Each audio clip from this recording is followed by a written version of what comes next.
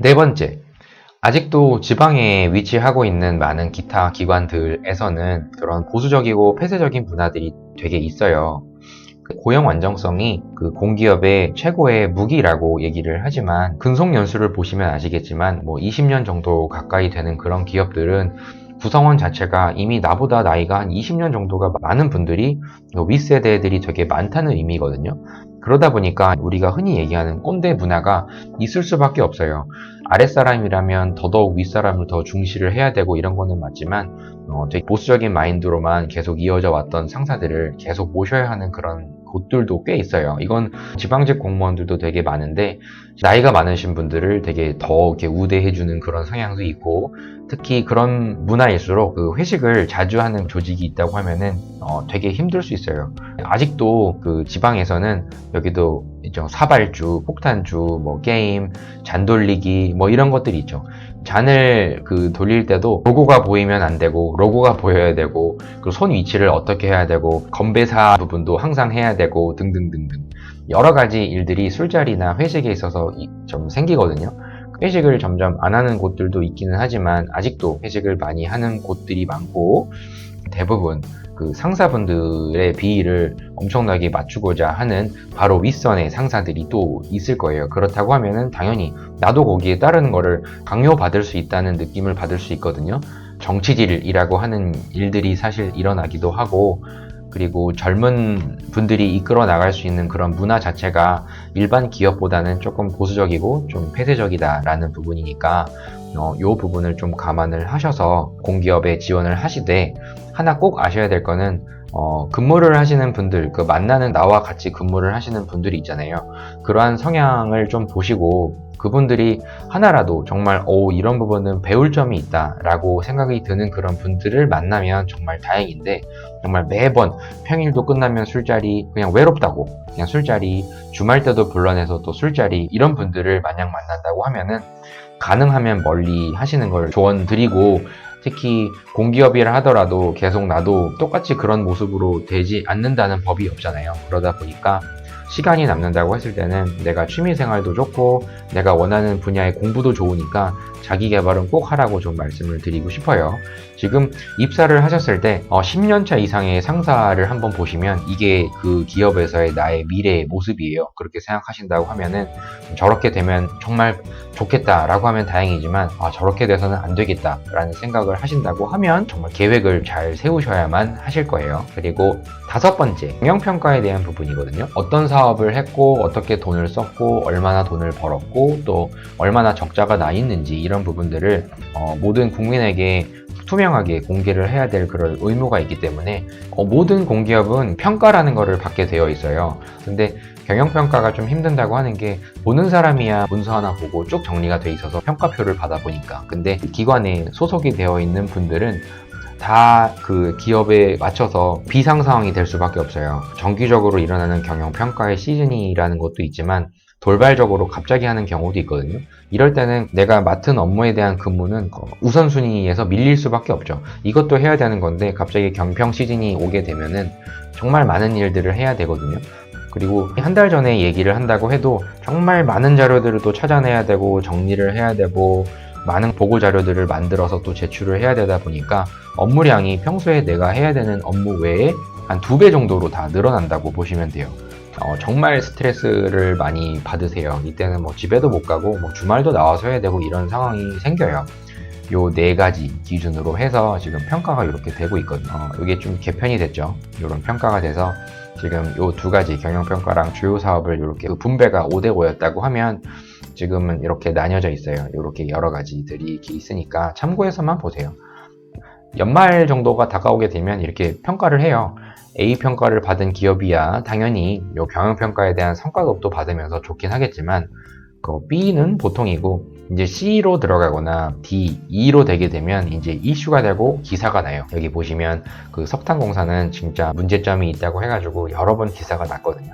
그 D 정도에 있다고 해도 뭐가 문제인지에 대한 기사가 엄청 많이 나오게 돼요. 그러니까 경영평가에 대한 이런 부분을 매번 이렇게 공개를 하는 그런 기업들에 들어가시는 거니까 경영평가 시즌 되면은 엄청난 스트레스가 생길 수 있다. 무조건 뭐 칼퇴근만 하고 하는 게 아니라는 거를 좀 말씀을 드리고 싶어요. 그리고 경영평가가 어떻게 되냐 하면 하나를 살펴볼까요? A등급을 받았던 국민건강보험공단, 제일 인기가 많으니까 한번 살펴보면 이런 평가를 받게 돼요.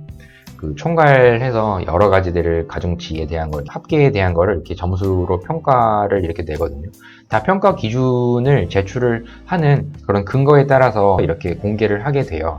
여러 기업들이 있는데 이게 중요한 이유가 있거든요. 여러 가지들을 이렇게 평가를 한다. 그리고 경영 관리에 대한 평가를 이렇게 한다. 이런 게 하나가 있고, 그리고 더 중요한 거는 공기업 취업을 준비하시는 분들이라고 하면 꼭 알아야 하는 주요 사업이에요. 이거는 꼭 보셔야 되거든요.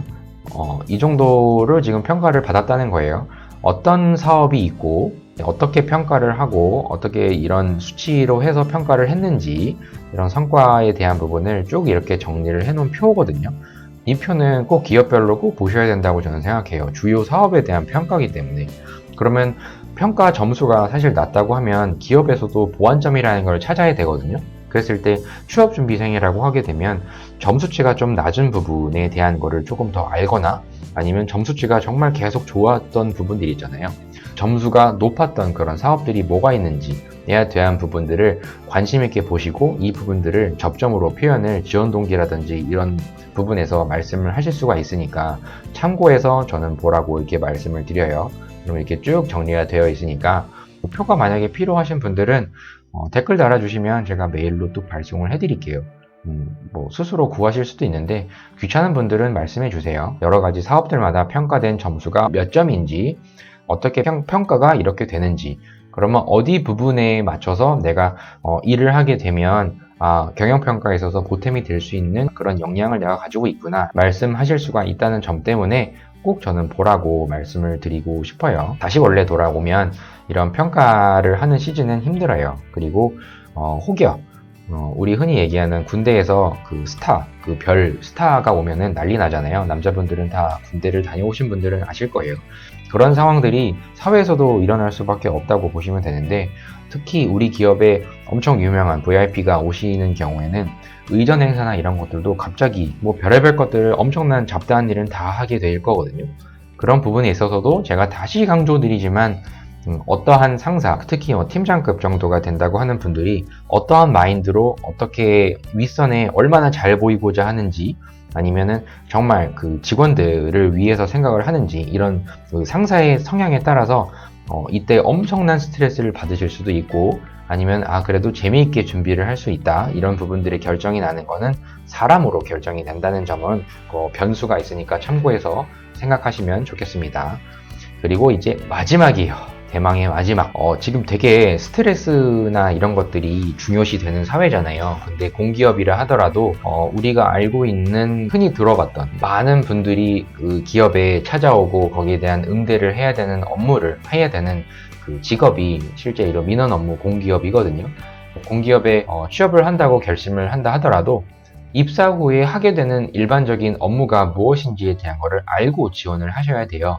특히 그 기준점은 민원에 대한 강도가 얼마나 있는지에 대한 부분은 꼭 알아보시고 지원을 하셔야 돼요.